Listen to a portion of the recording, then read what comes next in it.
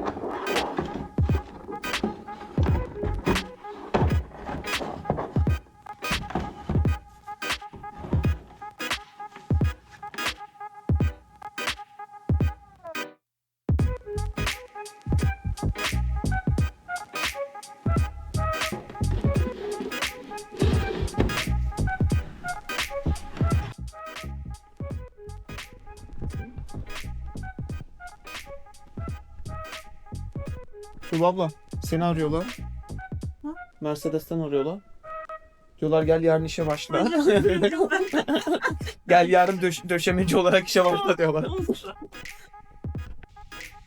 Sürgülü kolçağımız hazır. Arabaya monte etmesi kaldı sadece.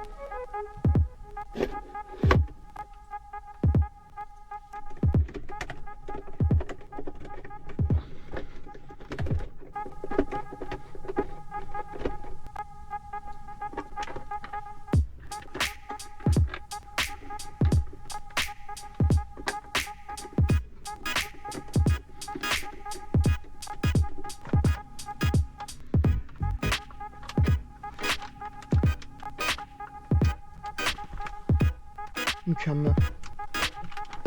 Renk çok güzel uydu.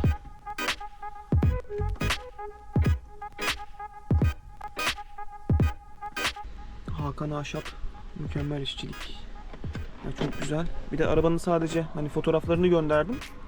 Benim kendi mağunlarımın rengini. Yani hiç gözde görmeden neredeyse aynı rengi yapmışlar yani. Çok memnun kaldım.